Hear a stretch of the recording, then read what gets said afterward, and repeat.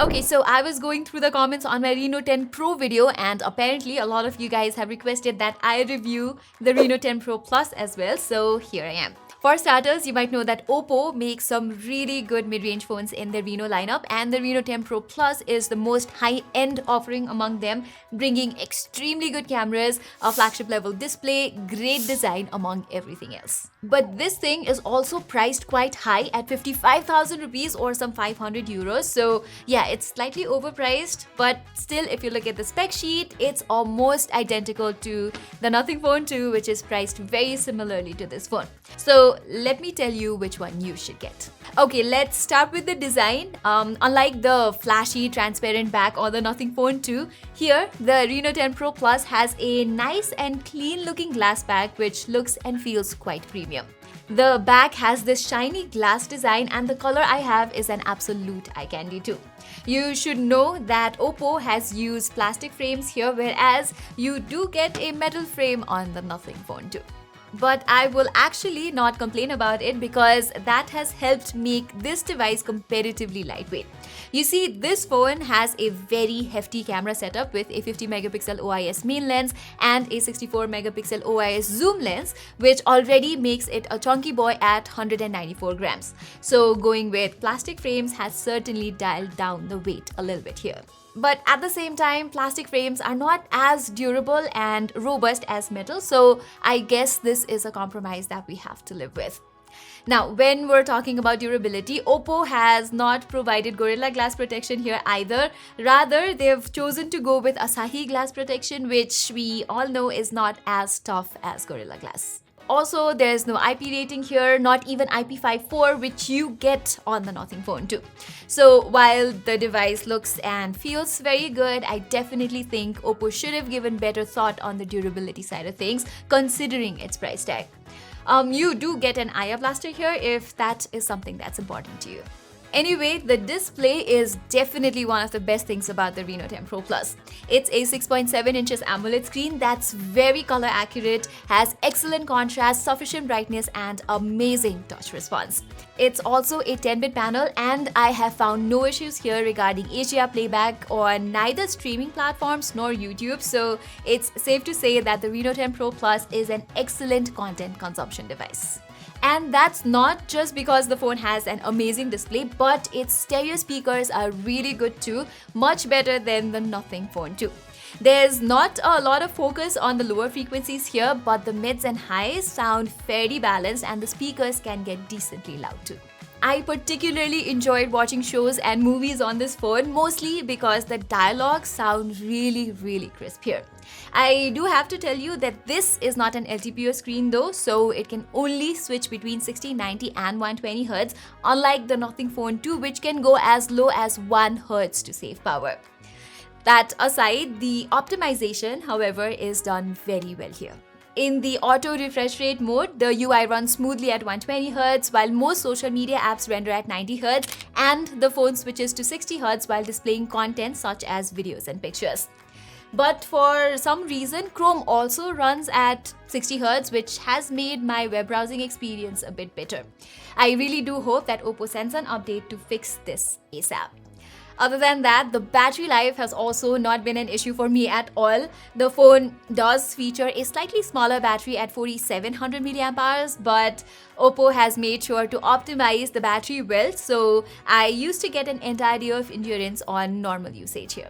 On days I used the camera a lot or gamed a bit more, I did have to charge the phone during the evenings, but that was not a problem at all since the Reno 10 Pro Plus charges at a whopping 100 watts and fills up entirely within 30 minutes.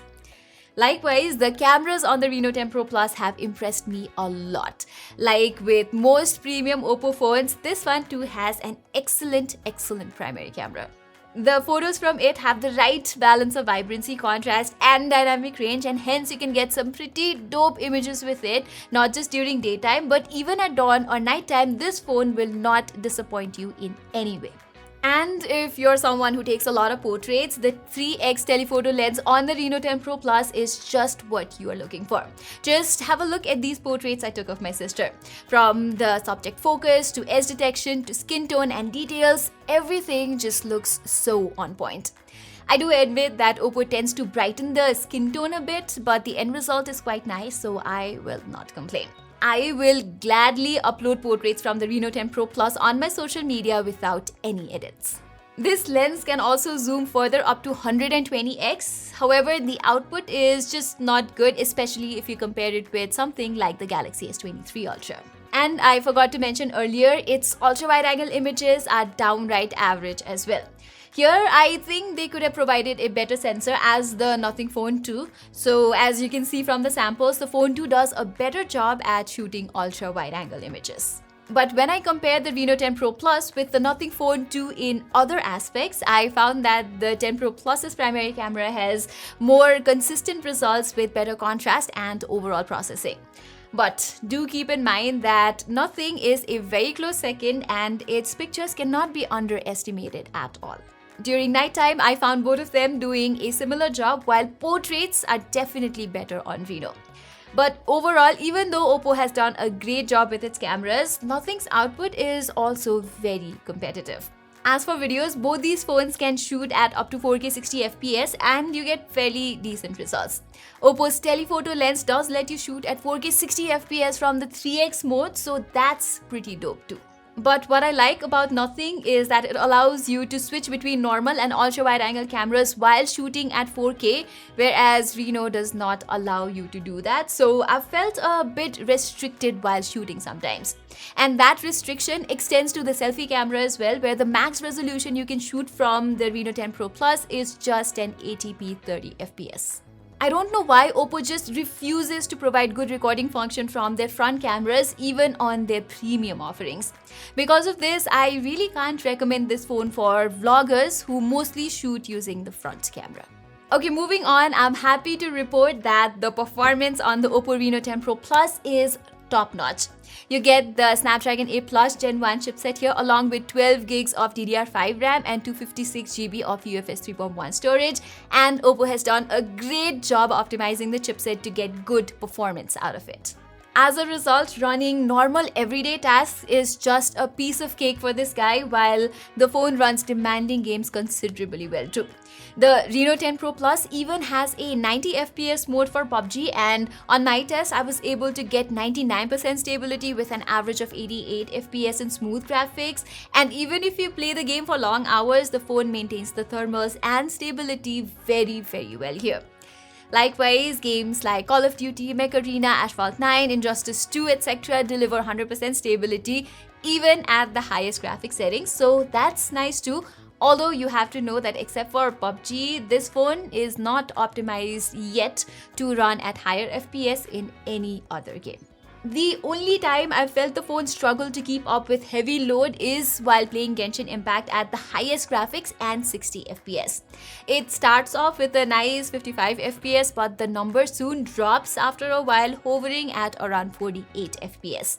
The stability is good though, but the phone starts to heat up after like 10 minutes or so and reaches around 44 degrees after like 30 minutes, which is the only time I felt the phone struggling.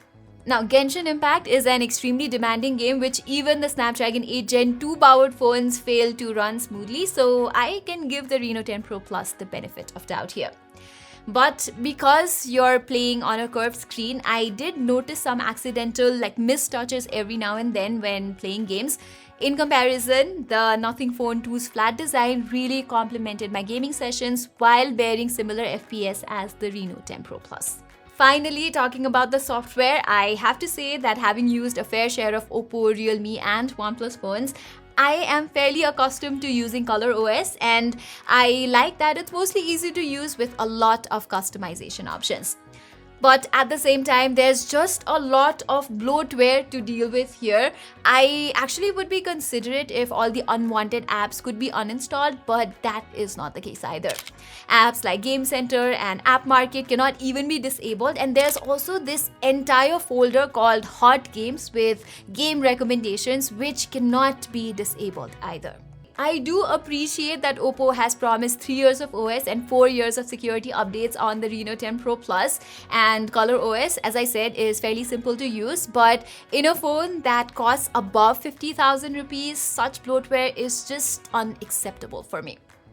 Now, talking about a few extras, the Reno 10 Pro Plus has crisp haptics, so typing and interacting with this phone has been great. The phone also has 14 5G bands, and network reception and all haven't been an issue for me either, and neither have I faced any issues with Wi-Fi or Bluetooth connectivity on this phone.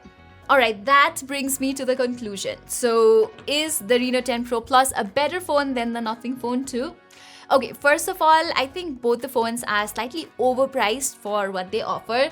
The Reno 10 Pro Plus retails at 55,000 Indian rupees, while the Nothing Phone 2 comes for 50,000 rupees for the same 12 to 56GB variant.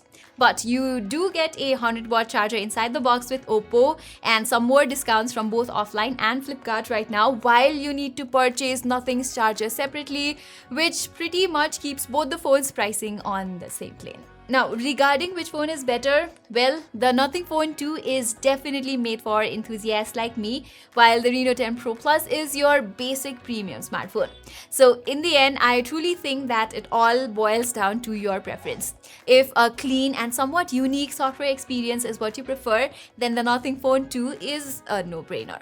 But if you prefer a design that does not catch a lot of attention and you also want a slightly better camera, especially if you like taking a lot of portraits, the Reno 10 Pro Plus is an equally good option too. So everybody, that was my full review of the OPPO Reno 10 Pro Plus. If you had to invest around 50,000 rupees, which one would you go for? The Nothing Phone 2 or the Reno 10 Pro Plus? Do let us know in the comments. By the way, this unit was sent to us by OPPO themselves, and after this review is over, this will be returned to OPPO, and no editorial input from their side has been incorporated here whatsoever. Saying this, I'm Pratima and I will see you in my next video.